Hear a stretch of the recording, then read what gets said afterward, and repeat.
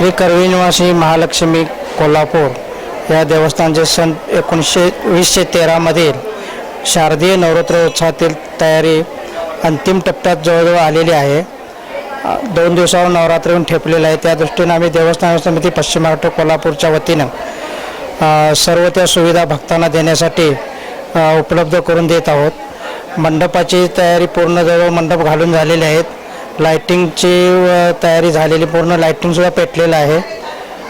त्यानंतर भाविकांच्या सुविधेसाठी स्वच्छतागृह म्हणून फिरते स्वच्छतागृह म्हणून एक मोबाईल टॉयलेट व्हॅन आज इथं येऊन दाखल झालेला आहे। दुसरं मोबाईल टॉयलेट व्हॅन उद्या म्हणजे ट्रान्सपोर्टमध्ये आहे, ते उद्यापर्यंत येऊन इथे बसणार आहे आणि ती 2 ठिकाणी महापालिकेच्या सूचनेप्रमाणे 2 ठिकाणी आम्ही बसवणार आहोत।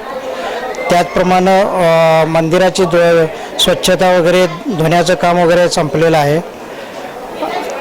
तसेच भाविकांना पिण्याची पाण्याची सोय आमच्याकडे 2 इंची कनेक्शन 2 अवेलेबल आहेत। त्याचप्रमाणे वेगवेगळ्या स्वयंसंस्था देखील पॅकिंगचं पाणी वाटप करणार आहेत।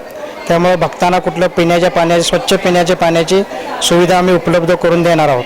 त्याचप्रमाणे भक्तांना बाहेर म्हणजे बिंदू चौक आणि भवानी मंडप या ठिकाणी दर्शन व्हावं देवीचं किंवा ऑनलाईन म्हणजे आरती वगैरे पाहण्याची सुविधा उपलब्ध व्हावी याकरिता 2 स्क्रीन आम्ही बसवणार आहोत। तसेच भाविकांच्या प्रदक्षिणा किंवा याच्यासाठी मांडव किंवा मुखदर्शनासाठी जिथे भाविक थांबतात त्यांच्या ठिकाणी पायाला चटके बसू नयेत म्हणून मॅटिंगची पण सोय केलेली आहे आणि त्याच्यावरती मंडप पण घातलेला आहे, म्हणजे भाविकांना ऊन वगैरे लागून त्रास होऊ नये म्हणून। आणि नवरात्र उत्सव शांततेने सुव्यवस्थेने पार पाडण्यासाठी देवस्थान समिती कटिबद्ध आहे। नवरात्र उत्सवात 4ही दरवाजे खुले राहणार आहेत, म्हणजे येण्या जाण्यासाठी। कालच्या मीटिंगमध्ये हा विषय झालेला आहे, त्यामुळे नवरात्रामध्ये 4ही दरवाजाला काही अडचण येणार नाही।